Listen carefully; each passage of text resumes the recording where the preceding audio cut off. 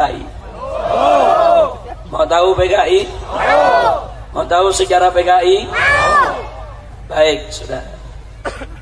Tapi saya tidak bisa bahas dari awal sampai akhir semua. Saya ambil momentum-momentum yang penting saja. Setuju? Baik, saudara, perhatikan baik-baik. Di bulan Mei tahun 1914, tatkala Indonesia masih dijajah oleh pemerintah Hindia Belanda, datanglah 85 tokoh komunis Belanda, saudara, yang berasal dari Partai Sosialis Belanda. Mereka datang ke Indonesia, mereka tinggal di Indonesia, lalu mereka membentuk asosiasi perburuhan, asosiasi buruh, saudara. Mereka rekrut buruh-buruh di pelabuhan, buruh-buruh pabrik, buruh-buruh perusahaan, saudara. Mereka beri nama ISDV. Itu dalam bahasa Belanda, saudara, itu singkatan dari Indiski Sosial-Demokratis Vereniging, saudara. Disingkat ISDV. Kurang lebih artinya Asosiasi Perburuhan Hindia Belanda. Kemudian saudara, setelah ini didirikan, semua pengurusnya orang Belanda, tapi anggotanya orang kita, saudara. Buruh-buruh dibujuk, pekerja dibujuk, petani dibujuk, saudara. Dijanjikan perlindungan, dijanjikan pembelaan. Kalau ikut asosiasi ini, karena yang mimpinnya orang Belanda, kalau ada apa-apa nanti dibela sama orang Belanda, saudara. Banyak buruh dan petani yang tidak paham, sekedar ingin cari selamat, sekedar ingin dapat fasilitas, mereka masuk ke ISDV, sudah. Kira-kira sampai di sini jelas tidak? Ini tahun 1914. Makin hari makin kuat, makin hari makin banyak buruh yang ikut ISDV, saudara. Lalu di tahun 1917, saudara, orang-orang Belanda komunis ini yang dipimpin oleh Hans Sneflit, ketua ISDV, saudara, mereka provokasi buruh, mereka provokasi buruh pabrik, buruh pelabuhan, buruh perusahaan, buruh perkebunan untuk melakukan pemogokan sekaligus kerusuhan massal, saudara. Mereka bikin kerusuhan, bakar pabrik, bakar perkebunan, saudara. Untuk apa, saudara? Tidak lain dan tidak bukan, ISDV menuntut pemerintah Hindia Belanda untuk menolak sistem kapitalis dan menerapkan sistem komunis. Jadi di Belanda itu ada dua kekuatan, ada kekuatan kapitalis, ada kekuatan komunis, saudara. Mereka mau ganti kapitalis, harus dirubuhkan, ganti dengan pemerintahan komunis, saudara. Kira-kira jelas tidak? Hati-hati, catat baik-baik. Saat itu ISDV melakukan kerusuhan sosial terhadap Belanda bukan untuk kemerdekaan Republik Indonesia. Saya ulangi sekali lagi, bukan untuk kemerdekaan Republik Indonesia. Mereka hanya bikin kerusuhan sosial untuk menggulingkan pemerintahan kapitalis Belanda menjadi pemerintahan komunis Belanda, saudara. Artinya kerusuhan itu hanya untuk kepentingan komunis Belanda, hanya untuk kepentingan PKI Belanda, bukan untuk kemerdekaan Republik Indonesia. Kira-kira jelas tidak? Kenapa ini perlu saya garis bawahi? Sebab anak-anak PKI yang ada saat ini di mana-mana sesumbar. Dulu kami pejuang, dulu PKI berontak kepada Belanda. Dulu tahun 1917 kami berontak, kami bakar pabrik, kami bakar perkebunan, kami bakar itu perusahaan. Kami pejuang-pejuang yang berani, kami pahlawan. Banyak anak muda kita yang tidak paham, percaya kalau PKI pahlawan, saudara. Saya mau tanya, tadi kerusuhan itu terjadi, saudara, untuk kemerdekaan Indonesia bukan? Untuk kemerdekaan Indonesia bukan? Bukan. Untuk kepentingan komunis. Begitu mereka bikin kerusuhan, akhirnya tokoh-tokoh komunis Belanda tersebut ditangkap oleh pemerintah Hindia Belanda, dan dikembalikan ke negeri Belanda, saudara. Kecuali beberapa gelintir orang-orang Belanda yang dianggap tidak terlibat dalam kerusuhan. Sisanya semua dipulangkan, termasuk Henk Sneevliet, ketua ISDV, saudara. Tapi ISDV nggak dibubarkan oleh Belanda, saudara. Kenapa nggak dibubarkan? Sebab Belanda lihat ini anggotanya udah banyak ada di mana-mana. Sayang kalau dibubarkan. Tapi Belanda ingin ambil alih agar Belanda bisa menguasai para buruh dan para petani, saudara. Singkat cerita, masuk tahun 1920, saudara. Atau saya ingatkan dulu.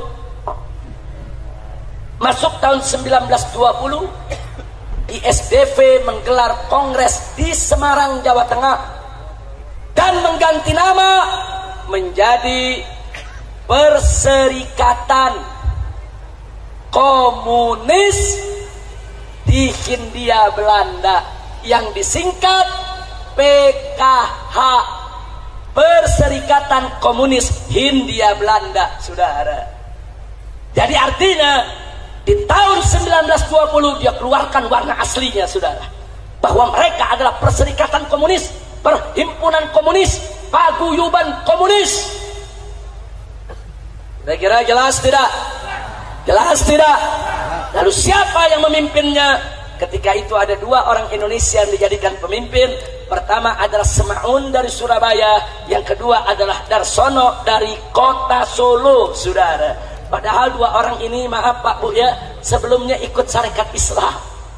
Nah, Sarekat Islam pada saat ISDV didirikan kerjasama dengan Sarekat Islam, karena Sarekat Islam kira ini cuma asosiasi buruh, saudara, nggak ada kaitan dengan komunis. Alasan kedua, karena ISDP anti kapitalis, Sarekat Islam juga anti kapitalis, punya musuh bersama, sama-sama anti kapitalis, saudara, makanya dia gabung. Tapi saudara, begitu 1920 ISDV mengganti nama menjadi Perserikatan Komunis Hindia, bubar. Sarekat Islam nggak mau lagi untuk bersatu dengan mereka, saudara. Sarekat Islam yang saat itu dipimpin oleh HOS Cokroaminoto, Haji Omar Said Cokroaminoto, menolak untuk kerjasama lagi dengan PKI, saudara. Alhamdulillah. Tapi ingat, saat itu namanya belum PKI, saudara. Namanya masih PKH. 1914 namanya ISDV. 1920 berubah menjadi PKH, Perserikatan Komunis Hindia Belanda, saudara. Lalu tahun 1924, saudara, akhirnya Perserikatan Komunis Hindia Belanda mengganti nama lagi. Kali ini namanya adalah Partai Komunis Indonesia, yang disingkat PKI. Kira-kira jelas tidak? Jadi kalau begitu sebelum jadi PKI awalnya apa namanya? ISDP tahun 1914, kemudian 1920 berubah jadi apa? PKH, kemudian 1924 berubah jadi PKI.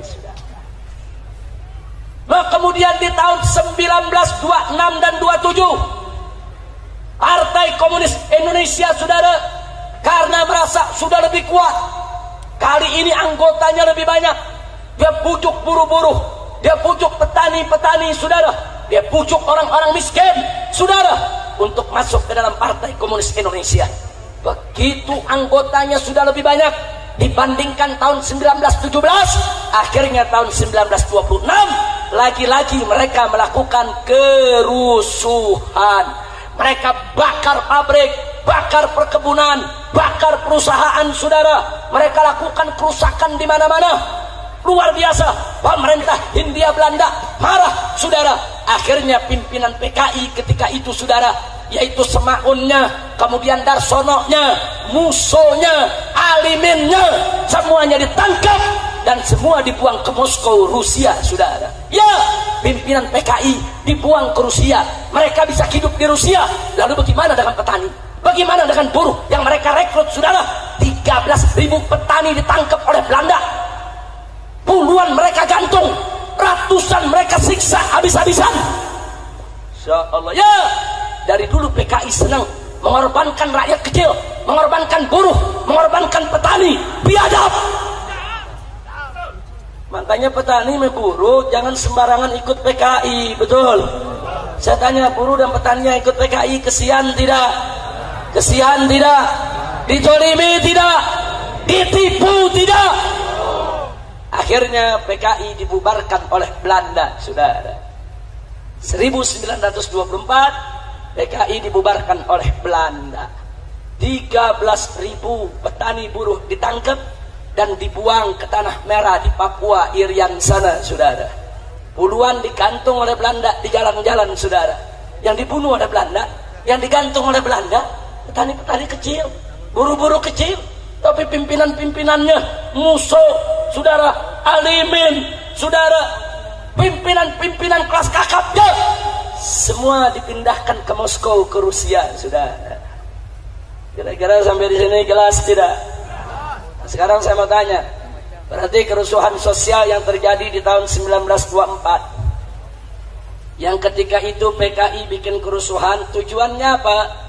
Tujuannya ingin ambil alih pemerintahan kapitalis Hindia Belanda menjadi pemerintahan komunis Hindia Belanda. Jadi saya mau tanya sekali lagi, berarti tujuan PKI untuk kemerdekaan Indonesia, bukan? Jadi PKI jangan ngaku-ngaku dulu, saudara. Anak-anak muda PKI sekarang ngaku, oh kami pahlawan, kami pejuang. Dulu 2 kali kami berontak kepada Belanda, 1917, 1927. Bohong. Mereka tidak melakukan pemberontakan untuk kemerdekaan Republik Indonesia, saudara.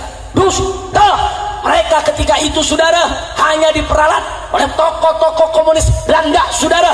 Untuk apa? Menggulingkan pemerintahan kapitalis Hindia Belanda agar berganti menjadi pemerintahan komunis Hindia Belanda.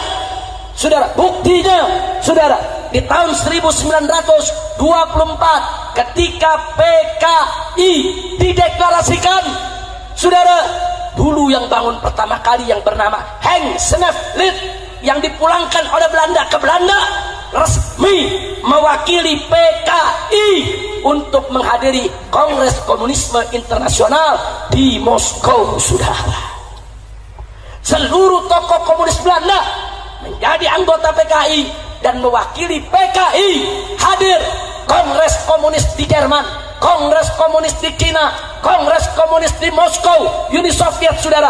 Ya, PKI telah menjadi jaringan komunis internasional sejak tahun 1924, saudara. Makanya tahun 1927 begitu dia melakukan huru-hara, dibubarkan oleh pemerintah Hindia Belanda, saudara.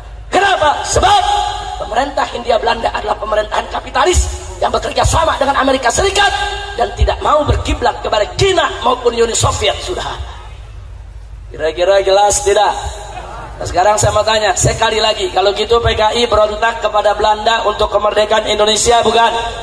Untuk kemerdekaan Indonesia, bukan? Kalau begitu petani dan buruh, saudara, dikorbankan tidak? Kalau begitu PKI jahat tidak? Zalim tidak? Biadab tidak? Takbir!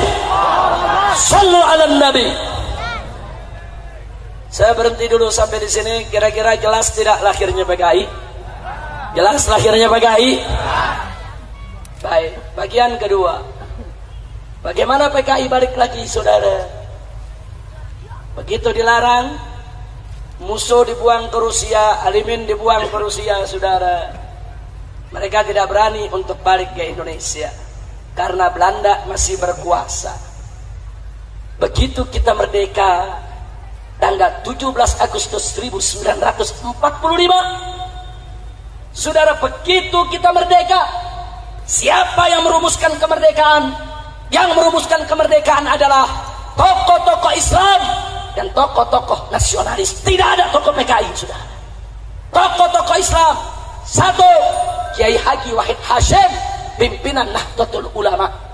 Dua, Kiai Haji Abdul Qahar Mudzakkir, pimpinan Muhammadiyah, saudara. Tiga, Kiai Haji Agus Salim, pimpinan Sarekat Islam, saudara. Dan dari tokoh nasionalisnya ada Bung Karno, Bung Yamin, Bung Hatta. Mereka inilah yang merumuskan kemerdekaan Republik Indonesia. PKI tidak ikut, PKI tidak merumuskan, PKI tidak ikut dalam rapat persiapan untuk kemerdekaan Indonesia, saudara. Tidak. Kenapa? Sebab memang PKI tidak pernah berpikir Indonesia merdeka, saudara. Catat itu baik-baik. Jadi yang berjuang saat itu siapa? NU, Muhammad Serikat Islam, bukan? Islam bukan? Mereka yang merumuskan, saudara. Merdekalah kita pada tanggal 17 Agustus 1945. Begitu kita merdeka, tokoh-tokoh PKI dari Moskow pulang, saudara. Pulang ini, musuhnya pulang, aliminnya pulang, rame-rame pulang. Kenapa mereka berani pulang? Karena Belanda udah lari, saudara. Karena Belanda udah nggak ngejajah Indonesia lagi. Kemana mereka waktu Jepang menjajah kita, saudara? Kemana? Kalau memang mereka pejuang kemerdekaan, mestinya saat Jepang datang mereka turun dong. Enggak, mereka enggak turun. Enggak turun lawan Belanda maupun lawan Jepang, saudara. Tapi begitu kita merdeka, mereka balik lagi, saudara. Begitu mereka balik, tanggal 21 Oktober, baru 2 bulan kita merdeka, mereka deklarasikan kembali Partai Komunis Indonesia yang dipimpin oleh Musso. Kira-kira sampai di sini jelas tidak? Jelas tidak? Begitu mereka dirikan PKI, mereka nggak dianggap. Bung Karno nggak nganggap, Bung Hatta nggak nganggap, ormas Islam nggak nganggap, saudara. Akhirnya mereka pakai cara licik. Bagaimana supaya mereka dianggap? Mereka lakukan teror di mana-mana, saudara. Begitu bulan Oktober 45, mereka deklarasikan PKI, tidak disambut oleh bangsa Indonesia, tidak disambut oleh para pendiri Republik Indonesia. Mereka melakukan teror, saudara. Di awal bulan November, saudara, saudara, mereka bergerak di basis mereka. Ketika itu mereka punya banyak pengikut di Tegal, Brebes, Pemalang, Pekalongan. Mereka rebut. Bupatinya mereka tangkap, camatnya mereka tangkap, lurahnya mereka tangkap, kepala polisi di wilayah mereka tangkap, mereka paksa untuk turun dari jabatan, dan mereka ganti dengan orang-orang PKI, saudara. Dan kalau nggak mau mereka turun, mereka dibunuh, saudara.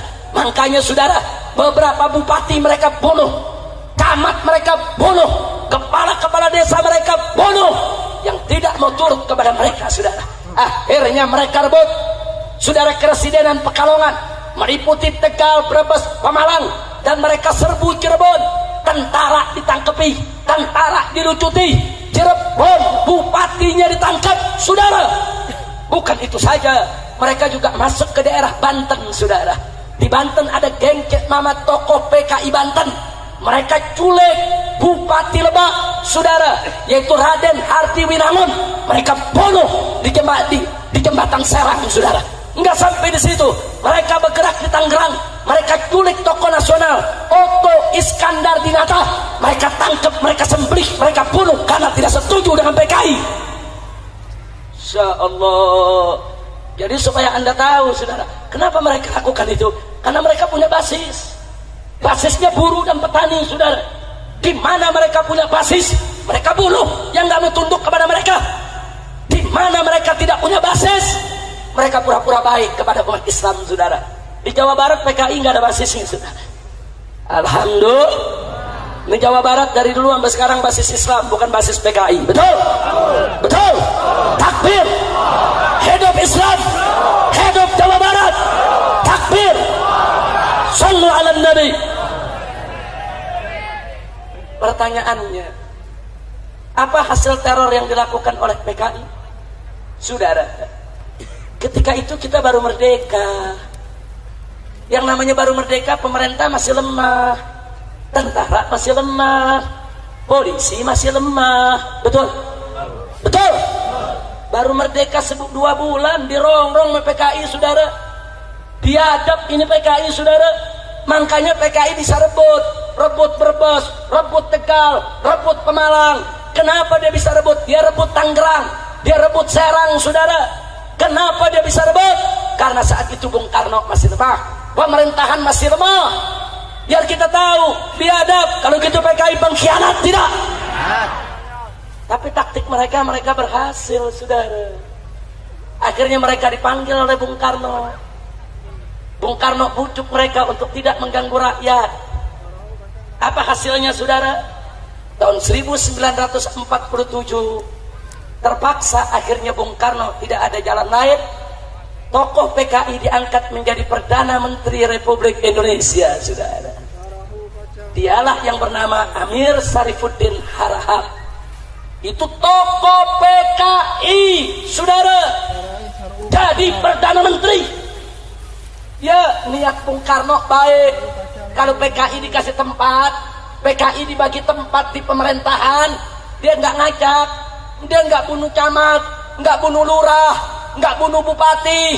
Ini negara baru merdeka, saudara.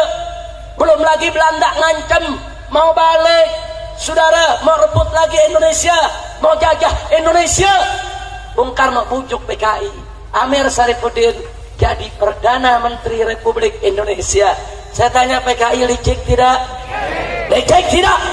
Jahat tidak? Sekarang mari kita lihat. Lalu bagaimana begitu jadi Perdana Menteri? Begitu Amir Syarifuddin menjadi Perdana Menteri, dia tokoh PKI. Saudara, semua orang PKI dimasukkan ke dalam lini-lini pemerintahan. PKI dimasukkan ke tentara, PKI dimasukkan ke polisi, PKI dimasukkan ke bagian pegawai negeri sipil. PKI diangkat dari camat, diangkat dari bupati, di mana-mana PKI menjadi pejabat. Ya, saudara, tentara semua angkatan darat disusupi PKI, angkatan udara disusupi PKI, angkatan laut disusupi PKI, kepolisian disusupi PKI. Kok bisa lah orang Perdana Menterinya PKI, saudara?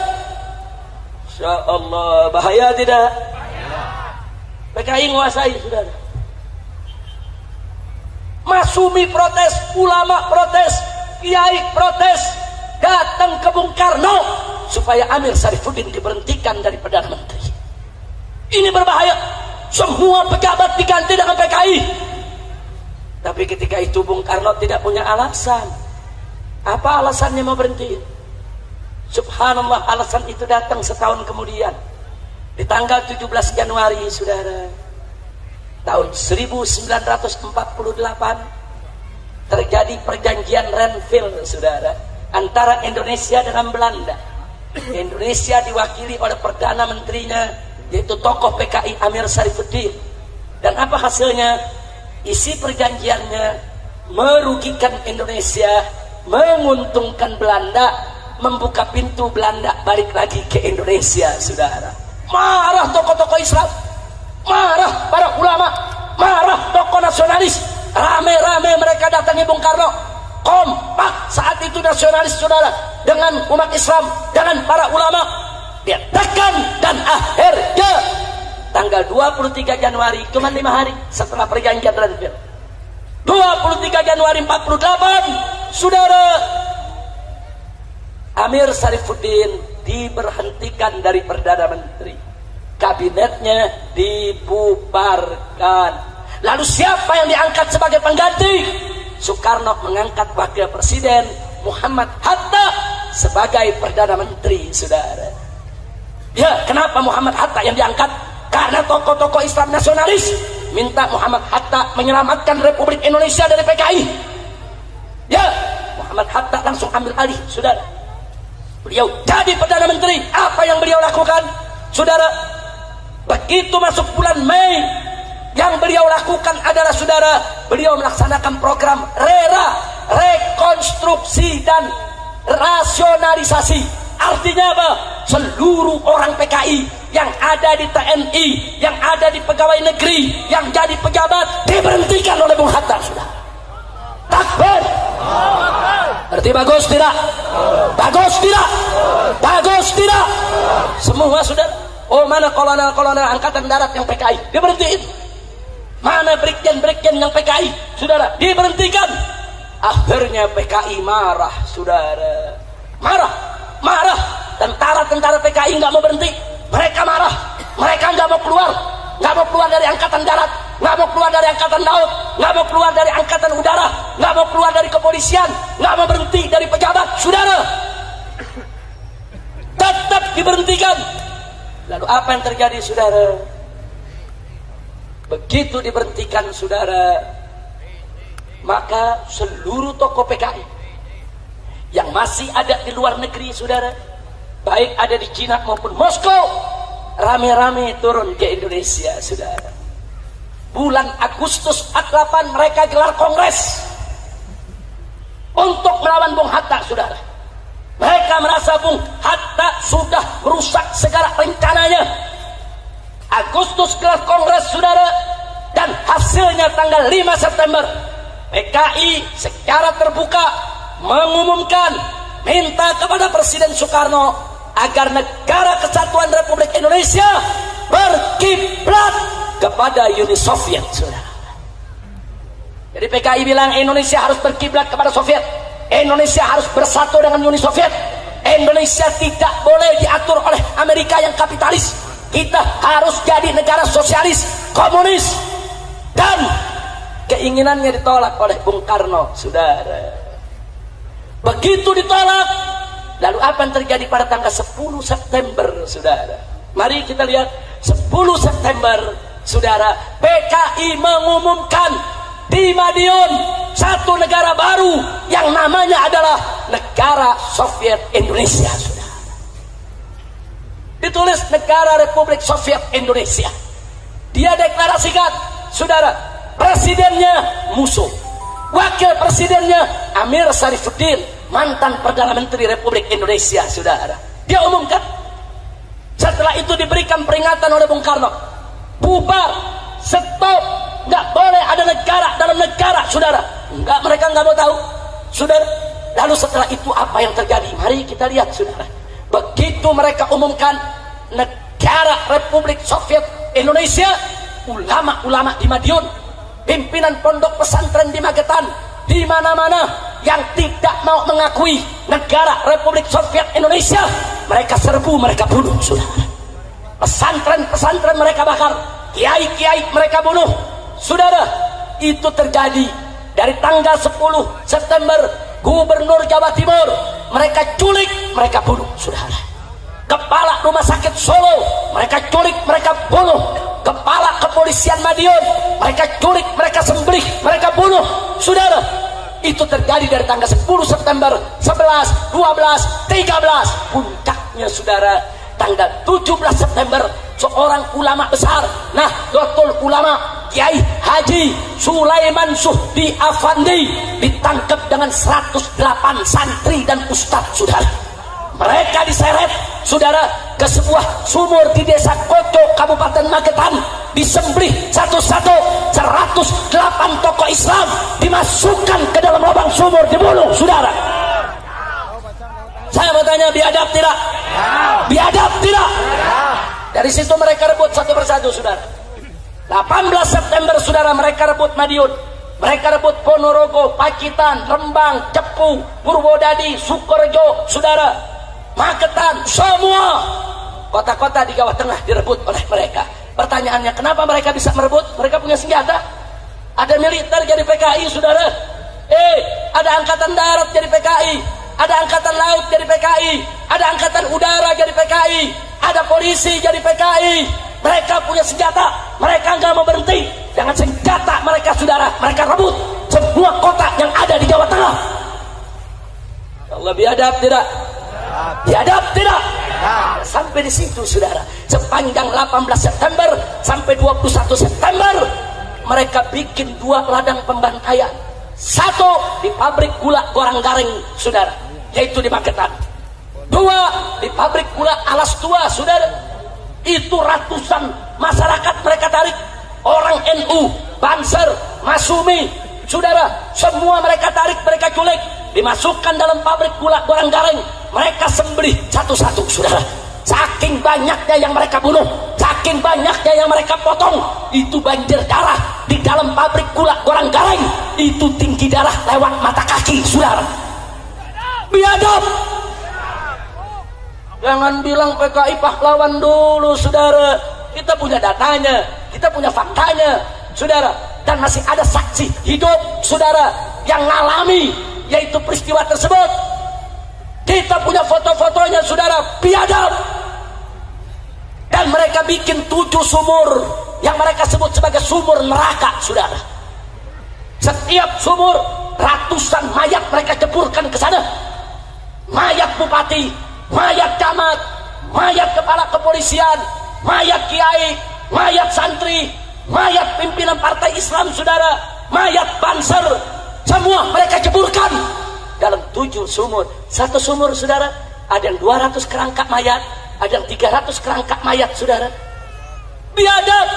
Dan 7 sumur ada di Kabupaten Magetan.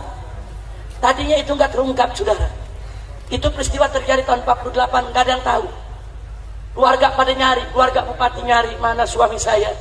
Suami saya jadi bupati diculik oleh PKI, di mana dia? Santri-santri pada nyari, termasuk Kiai Haji Sulaiman Suhdi, pimpinan pondok pesantren. Saudara, pesantrennya dibakar, kiainya kemana? Semua santri nyari, saudara. Baru tahun 1950 beberapa orang-orang PKI yang ditangkap, akhirnya mereka insaf dan mereka yang nunjuki itu tempat, saudara. Mereka tunjuki di sana sumurnya, di sana sumurnya, karena sumur itu habis mereka masukkan mayat mereka tutup, saudara. Sumur tersebut mereka tutup, jadi orang nggak tahu kalau di situ ada sumur, saudara.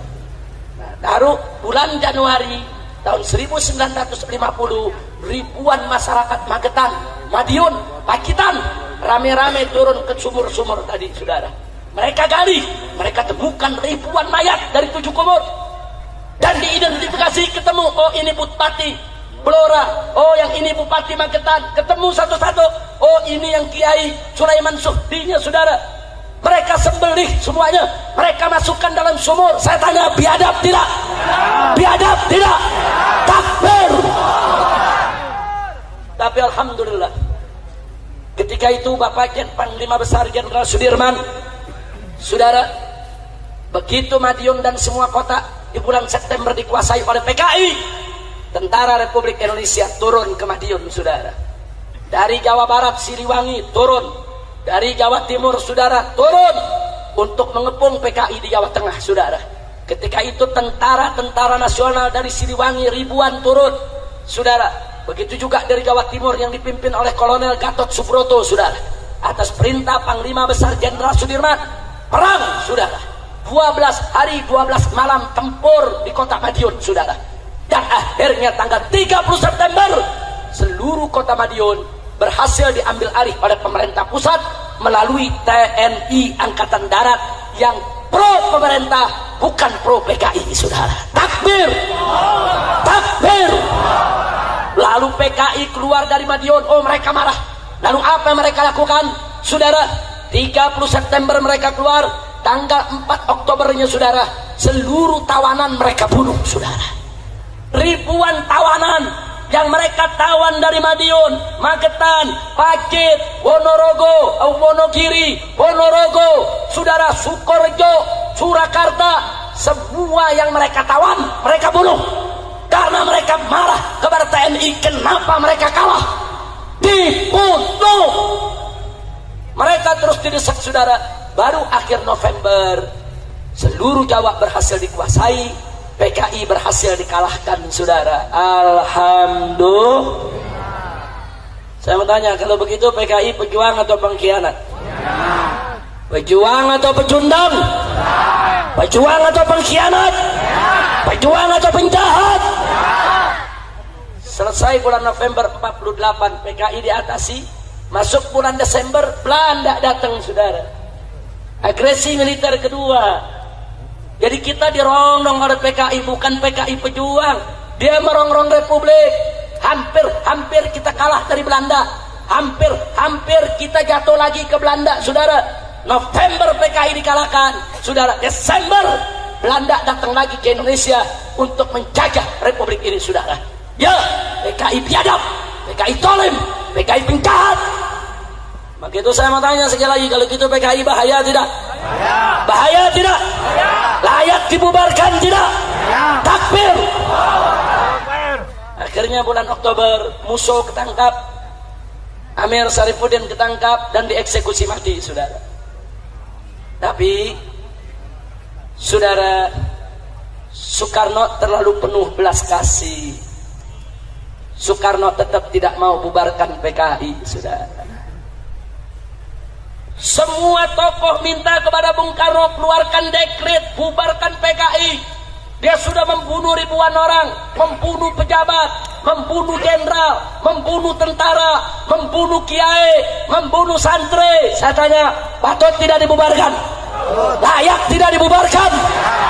Tapi Soekarno nggak mau bubarin. Apa kata Soekarno? Itu kan kesalahan segelintir orang. Itu kan yang salah musuh sama Alimin. Itu kan yang salah cuman Amir Sarifuddin. Yang lain jangan disalahkan. Akhirnya saudara, PKI tidak dibubarkan. Nah, semenjak saat itu PKI diambil alih oleh DN Aidit, saudara. Musuh selesai, mati sudah.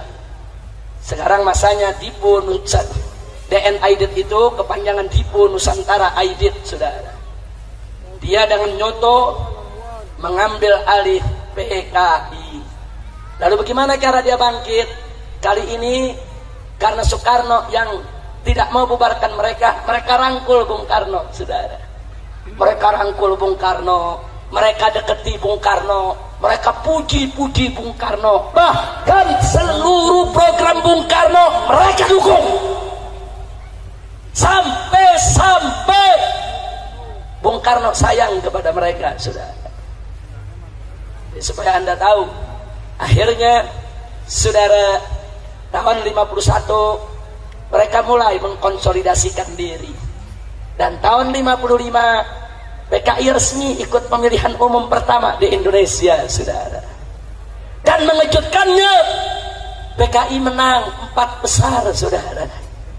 Berarti saya tanya, berarti PKI setelah berontak ternyata yang milih masih banyak ya? Jawab yang kompak, masih banyak yang milih tidak?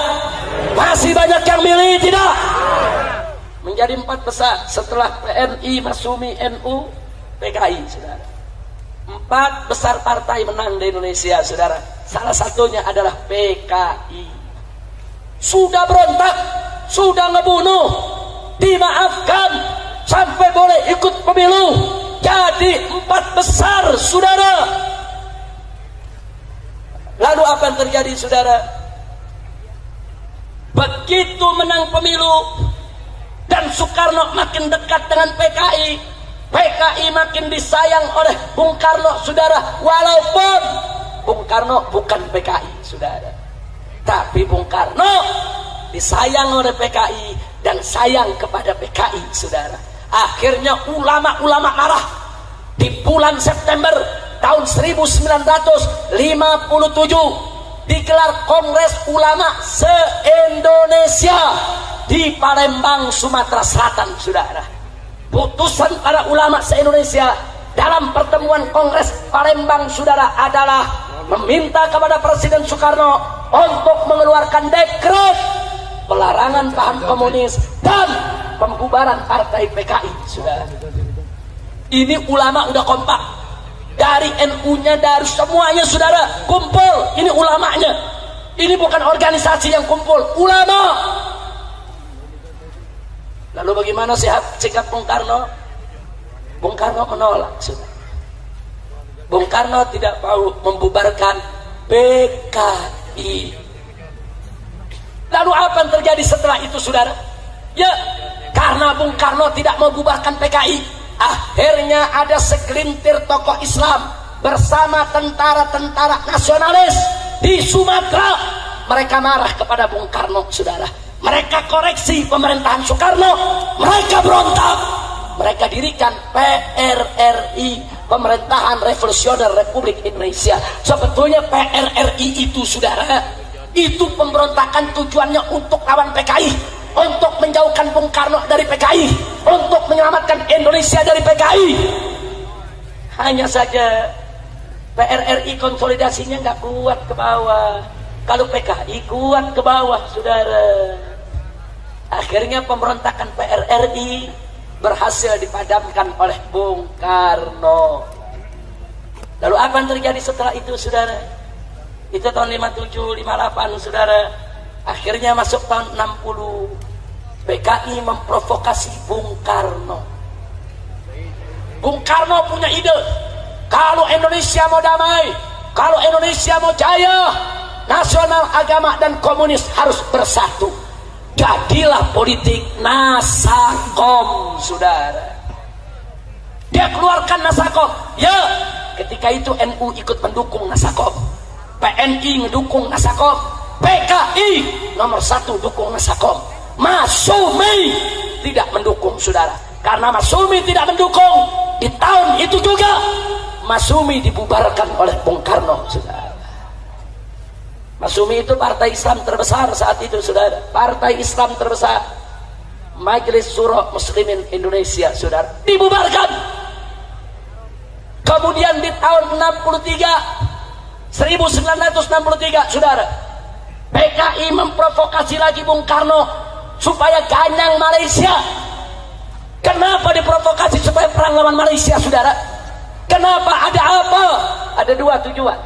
Sebab PKI bekerja sama dengan Partai Komunis Malaysia untuk menyatukan Indonesia Malaysia menjadi negara komunis Malindo Malaysia Indonesia. Bukan itu saja, PKI sudah hitung kalau Indonesia perang lawan Malaysia, tentaranya kurang. Nah, kalau tentara kurang, maka PKI minta supaya buruh dan tani dipersenjatai.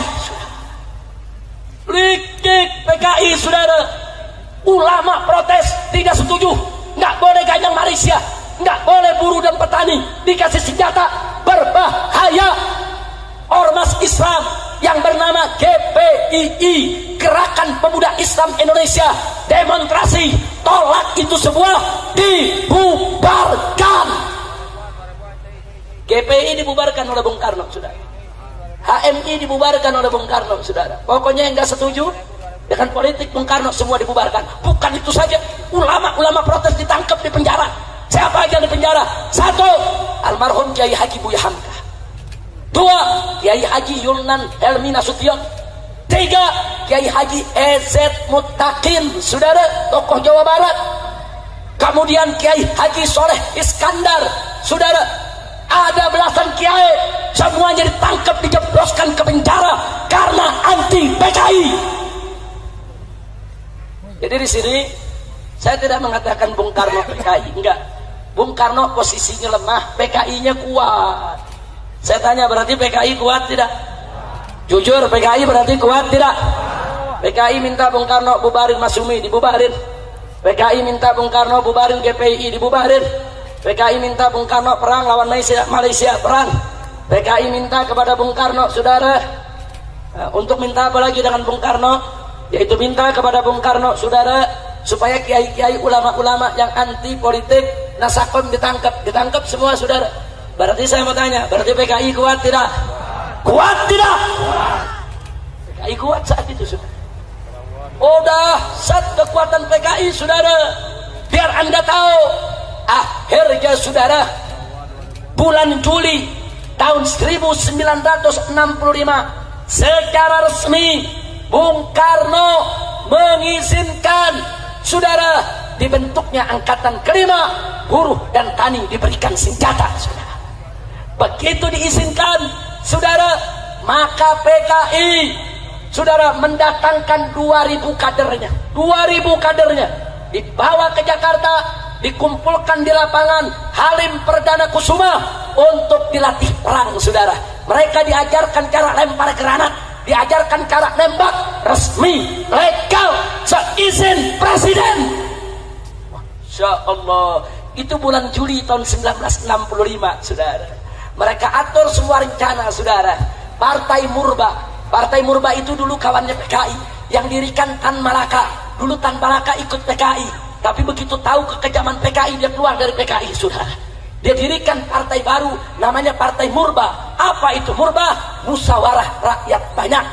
Partai Murba memberitahu kepada Bung Karno, awas, PKI mau kudeta. Oh, PKI marah, minta kepada Bung Karno, bubarkan Partai Murba. Dibubarkan. Masya Allah. Saya tanya, kalau gitu PKI kuat tidak? Jujur, kuat tidak? Kuat tidak? Tibalah bagian akhir, saudara. Tanggal 30 September Tentara-tentara Angkatan Darat sudah gerah, saudara. Gerah dengan PKI, jenderal-jenderal gerah. Kenapa jenderal-jenderal gerah? Karena banyak kolonel direkrut PKI. Karena banyak prajurit direkrut PKI, saudara. Ini jenderal semua gerah. PKI tahu kalau jenderal-jenderal ini gerah. Bagi PKI ini ancaman. Akhirnya tanggal 30 September pagi, Gerwani Gerakan Wanita Indonesia milik PKI dan Pemuda Rakyat milik PKI demo besar-besaran di Jakarta. Puluhan ribu orang demonstrasi 30 September pagi, saudara. Malamnya mereka culik 7 jenderal kita, saudara. Mereka culik, mereka bawa ke lubang buaya, semuanya mereka bunuh dan mereka masukkan ke dalam lubang buaya, saudara. Ada Jenderal Ahmad Yani, kemudian MT Haryono, saudara. Kemudian masih banyak lagi jenderal-jenderal yang lainnya. Yang selamat saat itu tidak terbunuh adalah Jenderal Abdul Haris Nasution, saudara. Tapi sungguh pun beliau tidak terbunuh. Pengawalnya terbunuh, Kapten Pir Tendeak. Putrinya yang baru berusia 5 tahun tetap ditembak oleh PKI. Anak kecil, perempuan baru usia 5 tahun ditembak, saudara. Luka parah. Beberapa hari kemudian anak tersebut mati. Itulah Ade Irma Nasution, saudara. Saya tanya sekali lagi, biadab tidak? Biadab tidak? Biadab tidak? Oh, nggak sampai di situ. Di Yogyakarta, Brigjen Katamso mereka tangkap, mereka bunuh, saudara. Kolonel Sujono, saudara, di Yogyakarta juga mereka bunuh. Bahkan ada polisi, ajudan inspektur polisi Karasatsuit Tubun yang menjaga rumah Wakil Perdana Menteri bersebelahan dengan rumah Jenderal Ahmad Abdul Haris Nasution, juga mereka tembak malam itu, saudara. Begitu selesai mereka bunuh, saudara, besoknya tanggal 1 Oktober Radio Republik Indonesia mereka kuasai, saudara.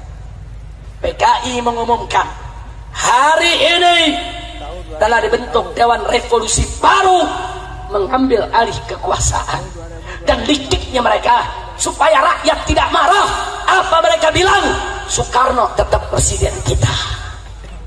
Licik, jahat, saudara. Tapi ketika itu, saudara, TNI Angkatan Darat, saudara, jenderal-jenderalnya terbunuh. Tinggal ada, yaitu Abdul Haris Nasution dalam keadaan shock, luka, karena berusaha lari menyelamatkan diri dari sergapan PKI, saudara.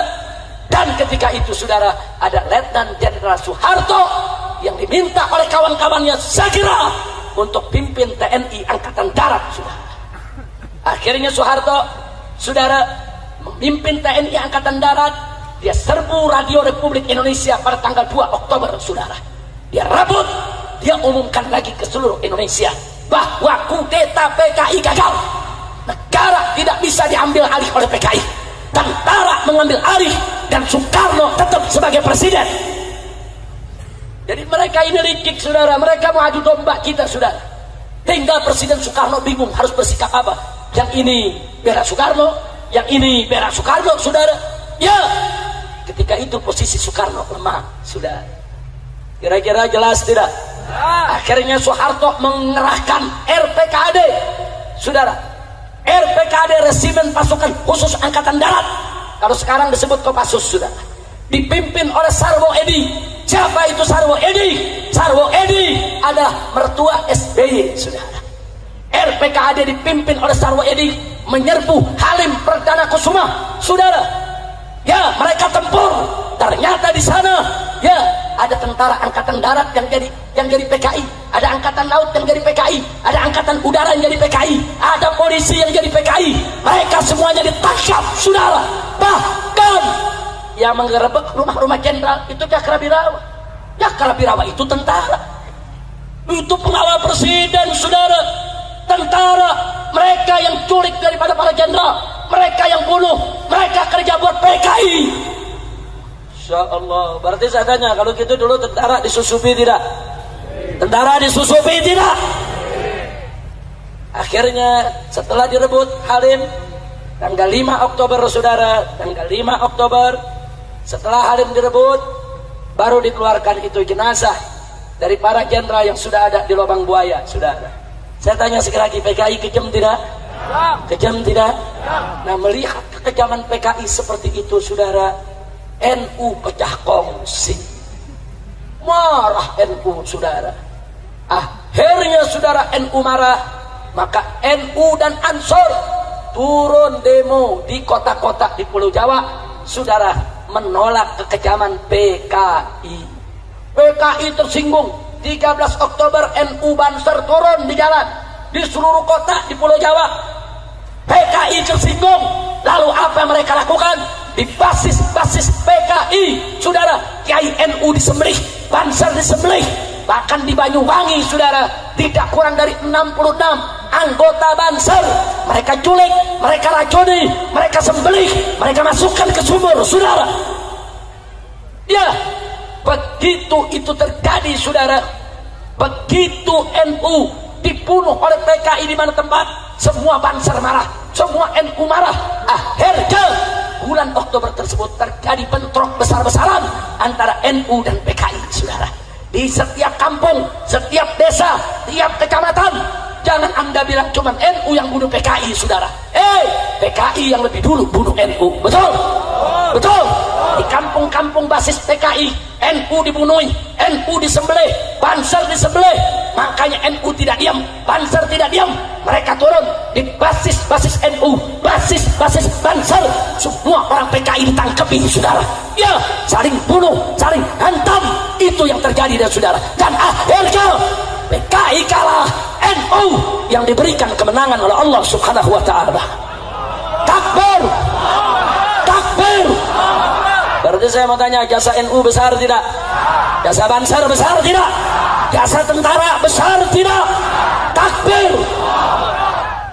Insya Allah, saudara, kami di FPI punya file.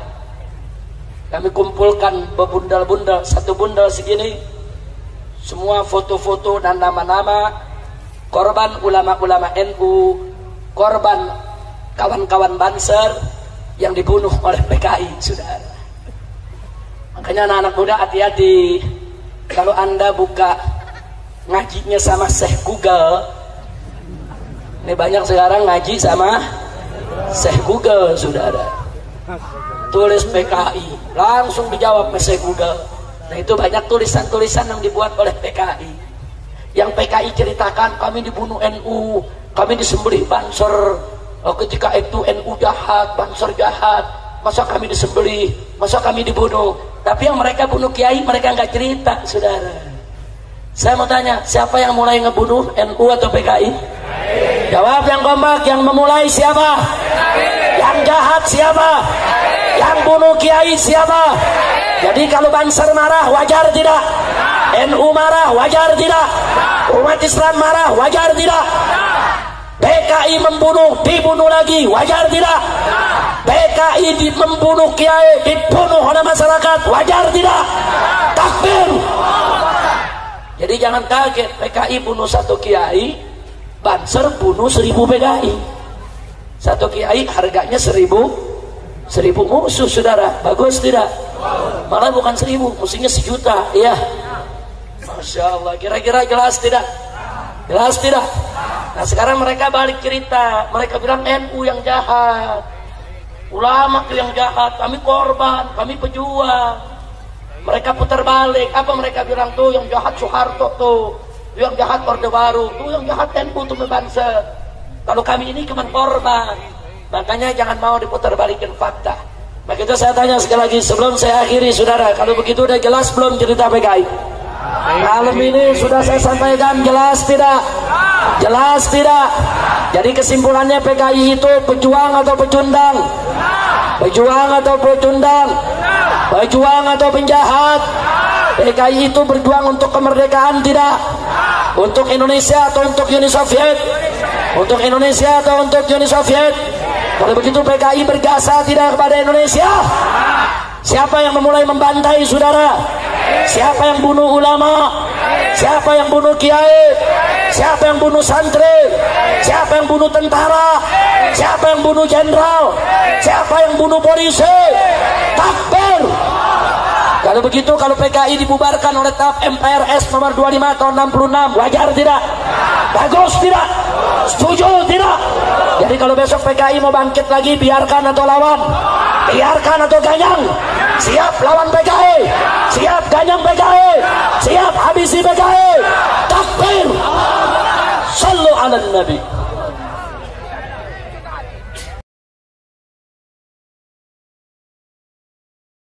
Terima kasih teman-teman yang sudah menonton video ini. Jangan lupa klik tombol subscribe.